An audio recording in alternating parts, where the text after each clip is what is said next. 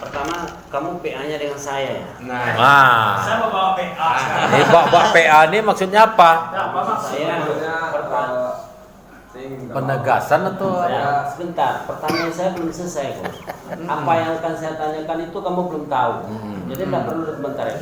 Nah, PA dalam pengantar ini PA kamu itu adalah saya.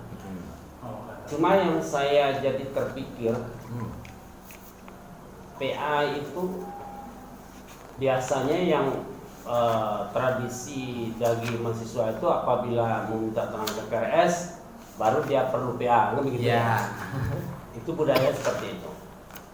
Tapi saya merasakan kamu itu ketemu dengan saya itu entah sekarang kamu penjambang dulu, kemarin nggak penjambang, sekarang kumis dulu nggak kumis, saya itu nggak tahu itu ya. Tapi rasanya ketemu dengan saya itu rasanya jarang sekali. Nah, itu makanya saya heran kok saya jatuhnya kepada PA kamu, itu yang saya herankan gitu. Nah, silakan boleh Anda jawab sikat apa kejadian kira-kira. Sebelumnya saya ingin minta maaf Pak, karena ini adalah kesalahan satu saya. Karena saya melihat skripsi teman yang terjadi untuk melihat kata pengantar itu Pak. Iya. Dan saya dan tidak sengaja saya menulis PA saja itu artis gitu Pak. Sebenarnya PA-nya adalah Pak Tony. Jadi nengok punya kawan yang PA-nya Pak Artis. Iya. atau jangan-jangan kamu pengennya PA sebenarnya Pak Artis. Pak Artis sebenarnya. Jujur iya. Itu kan banyak kemungkinan. Kita nggak boleh memaksakan. Saya tanya, kamu pengen PA-nya Pak Artis nggak? Nggak bisa. Pengen kan? Kayaknya dalam hati. Oh. Bisa dia kemungkinan. Suara hati itu sebenarnya. Jadi dengan adanya hal seperti ini terungkaplah apa yang sebenarnya. Yang sesungguhnya terjadi. Pikiran mau merah. Itu masalah. Nah, itu pertama. Tony. Nah, kedua, Bu, dari judulmu ini, saya rasa apanya yang akan kita mau lihat ini kira-kira? Ya, pemanfaatan live streaming YouTube oleh Asimil TV Pekanbaru sebagai media dakwah. Apanya kira-kira yang mau kita lihat kira-kira? Saya rasa biasa-biasa aja ya. Di sini dalam memanfaatkan platform YouTube ini kita bisa mendapatkan kemudahan-kemudahan yang diberikan oleh media baru ini karena kita telah berada di. Nah, sekarang kamu ingin melihat daripada kemudahan yang didapatkan oleh masyarakat atau dari sisi mananya? Itu yang saya maksud. Apakah kamu ingin melihat kemudahan sehingga masyarakat gampang untuk mendapatkan dakwah itu sendiri atau dari sisi mana? Saya mengambil melihat dari sisi pihak aktifnya itu dengan sesuai dengan itu saya itu pemanfaatan live streaming YouTube oleh Hasil TV. Nah, kalau kamu ingin melihat dari sisi hasil TV-nya itu, apanya yang agak istimewa atau permasalahannya ini yang akan kamu lihat? Ini berarti hasil TV yang selama ini mengambil YouTube sebagai media untuk menyebarkan dakwah, kan begitu ya? Nah, apanya yang istimewanya lagi kira-kira? Karena presiden ini disini untuk salah satunya dari media dakwah agar bisa di era digital ini bisa memanfaatkan semua media-media yang ada yang berbasis online itu. Dan juga berawal dari fenomena yang terjadi, masyarakat sudah beralih dari media lama ke media baru. Oke, berarti kamu ingin melihatnya apakah memang untuk supaya masyarakat gampang mengakses atau mendapatkan informasi dakwah atau dari sisi mananya? Kalau kamu ingin melihat daripada masyarakat supaya gampang melihat daripada materi-materi dakwah Islam itu sendiri dengan adanya masuk hasil TV ini kepada YouTube, kan begitu. Nah, kalau itunya berarti kamu ingin melihat daripada masyarakatnya. Berapa banyakkah masyarakat yang melihat YouTube yang berhubungan dengan dakwah di TV hasil TV? Nah gitu. Tapi kalau hanya pengalaman live streaming YouTube oleh Hasil TV itu sebagai wadah, saya bingungnya apanya yang mau kita lihat kira-kira di sini. Dilihat dari sisi masyarakatnya juga tidak, dilihat daripada apa kelebihan YouTube yang dilihat pengambilan YouTube oleh Hasil TV yang dari mananya, agak begitu. Nah itu yang saya nggak paham dari judul atau permasalahan yang akan kamu angkat ini gitu. Keunggulannya itu di mananya gitu. Nah, itu maksud saya. Apakah kamu keunggulannya dari sisi masyarakatnya supaya gampang mengakses dan cepat mendapatkan informasi dakwah, atau dari sisi mananya gitu? Pak, kamu masuk pertanyaan saya. Nah, itu. Kalau tidak, apanya yang mau kita lihat? Nah, itu. Nah kemudian di sini kan banyak tadi itu ya, YouTube ada, Facebook ada, Instagram ada, segala macam. Kalau nggak salah saya baca di sini dalam sebelumnya orang lebih cenderung kepada Instagram dalam baik segi bisnis juga begitu. Nah tapi kenapa kok Hasil TV ini dia lebih cenderung mengambil media YouTube itu sendiri dalam pengembangan dakwah? Kenapa kok tidak hal yang lain gitu, Instagram, Twitter dan segala macam, Facebook gitu ya? Tentu ada kelebihan atau penilaian-penilaian sendiri yang dimiliki oleh Hasil TV itu sendiri. Nah, bisa nggak kamu jelaskan sama saya? Pertama itu Hasil TV memanfaatkan seluruh media yang baru, media baru. Ya. Salah di antaranya itu Facebook. Hasil TV juga memanfaatkan Facebook bagi media streaming, Instagram dan YouTube. Nah, kenapa saya meneliti YouTube ini? Karena YouTube ini memiliki banyak fitur yang memudahkan untuk Hasil TV melakukan penyiaran. Salah satu fitur ini judulmu makna budaya Melayu atau makna pesan dari budaya Melayu yang tercantum dalam film ini, Kori. Pak Artis udah mulai. Pak, pertanyaan saya. Makna budayanya atau makna pesan yang tercantum dalam hikayat ini yang bernuansa budaya Melayu, bukan itu? Kemana arahnya? Apanya yang kamu maknai maksudnya? Sekarang kamu kan memakai analisis semiotik ya.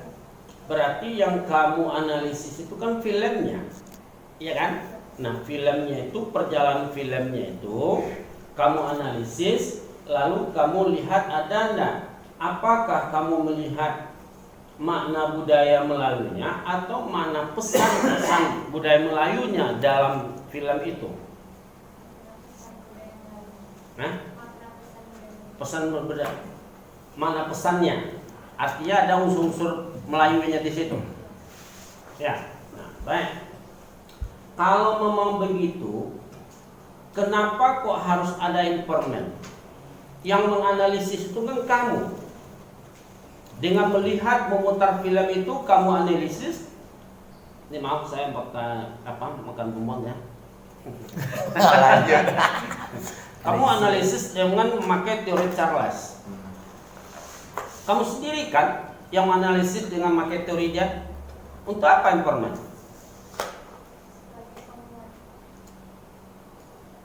Yang akan kamu lihat kan memaknai pesan itu dengan analisis. Analisis semiotik. Untuk apa dikuatkan lagi? Kira-kira untuk apa dikuatkan? Kamu bukan melihat apakah ini film ini ada unsur budaya Melayunya. Kamu tidak ingin melihat atau ingin mengetahui dari orang lain, tapi kamu menganalisis sendiri, ya kan? Nah, dengan teori Charles. Nah, untuk apa informan? Sama dengan kita menganalisis isi suatu berita. Apakah perlu wartawan itu akan kita wawancarai? Itu yang saya tanya untuk apa.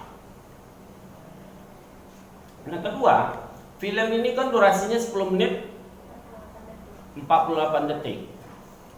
Dari situ ada berapa unsur yang terkandung yang mengandung pesan-pesan Melayu menurutmu? 17. Itu menurut pemahamanmu dari teori ini atau kamu melihatnya dari sisi mana? Apakah kamu sudah paham apa itu budaya Melayu dan apa saja unsur-unsur dalam budaya Melayu sehingga kamu bisa menilai, oh inilah termasuk budaya Melayu, ini termasuk budaya Melayu. Budaya Melayu itu sangat sinkron sekali dengan Islam. Kan begitu. Nah, apalagi budaya Malaysia itu.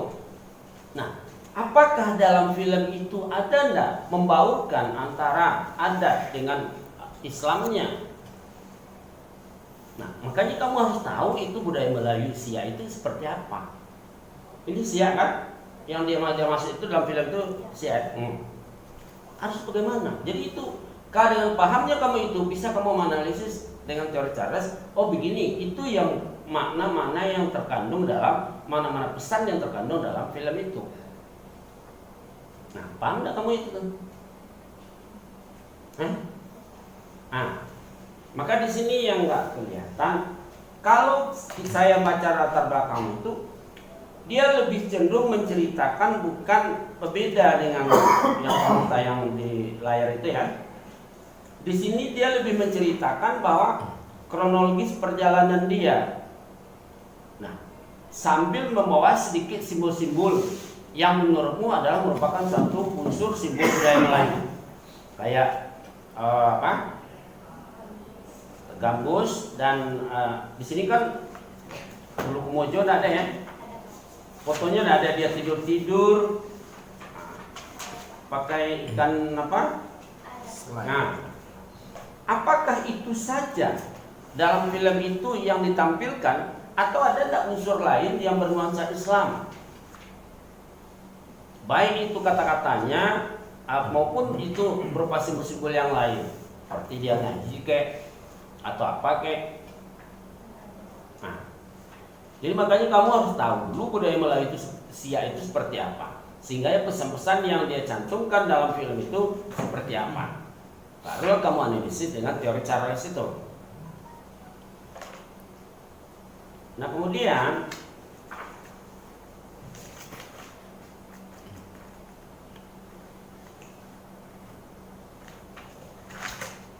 ini berapa balik pantas? Nah, kemudian dalam kerangka pikirmu saya lihat tadi kan sudah dibahas juga oleh W1 dan W3 tadi ya. Nah, kerangka pikirmu bisa nggak kamu jelaskan saya? Bagaimana kamu sudah uraikan tadi? Cuma saya yang membingungkan itu adalah budaya material, ada istana Siak, ada pasar seni, ada Taman Tengku Agung. Budaya non material ada syair Melayu, tarian Melayu, musik Melayu. Apa yang melatar belakangi kamu dalam membuat budaya material dan non material yang berhubungan dengan film ini?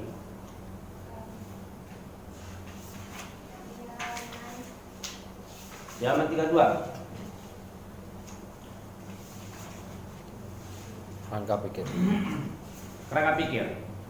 Sebab di kerangka pikir teori Charles ini tidak kelihatan. Apakah teori Charles itu media komunikasi, budaya Melayu, masyarakat kota Pekanbaru? Tidak kan? Nah, mana teori Charles di kerangka pikirmu?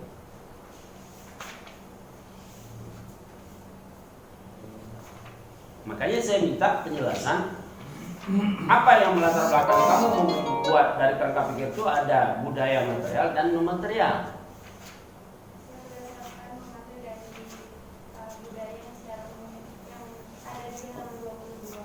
Gimana? Sementara dia baru 2015 berarti kan lebih kurang 3 tahun. Apakah itu bisa kita akan melihat daripada esensinya itu sendiri? sementara juga di situ persaingan radio tidak begitu banyak. Nah, kenapa kok kamu melihat dia baru lahir sudah dilihat keberadaan dia itu seperti apa? Kan 3 tahun baru. Nah, jadi saya minta penjelasan kenapa kamu lebih fokus ke radio Bahtera Suara ini baru umurnya 3 tahun dan ingin melihat daripada eksistensinya. Kenapa kok nggak RRI begitu yang lama atau yang lain yang sudah lama? Ini baru 3 tahun. Kenapa? Apakah alasannya karena dekat rumah? Kan kemungkinan juga ya. Atau apa alasannya? Atau menghadap partner di situ? Atau bagaimana?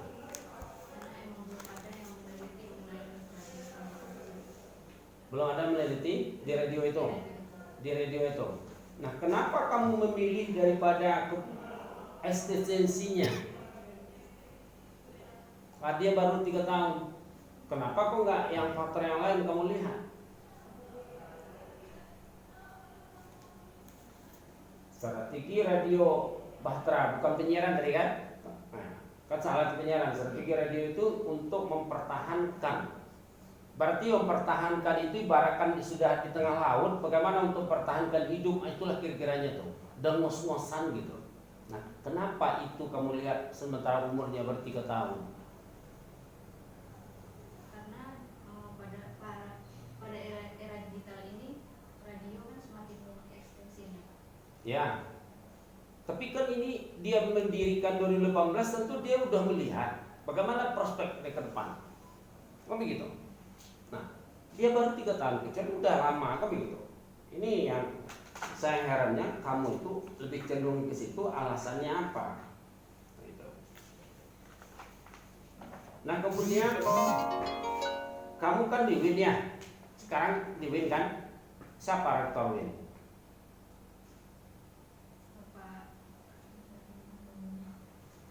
Hah? Tahu rektor Win kita? Nah, apa kan? Hah? Kamu itu malu-malu untuk menyebutkannya atau memang malu tidak tahu? Mana yang betulnya itu? Tidak tahu. Apa-apa bilang aja nanti kan. Apa menjadi sampai sekarang? Ya. Ya. Tanggung jawab kamu ngomong itu. Tanggung jawab? Hah? Tanggung jawab enggak? Gak update ya. Nah kemudian saya juga lebih melanjutkan dari pertanyaan Pak Adi tadi. Juga dalam penegasan istilah kamu itu kan setiap penegasan istilah itu tentu harus ada footnote-nya. Sementara di sini aja strategi itu footnote-nya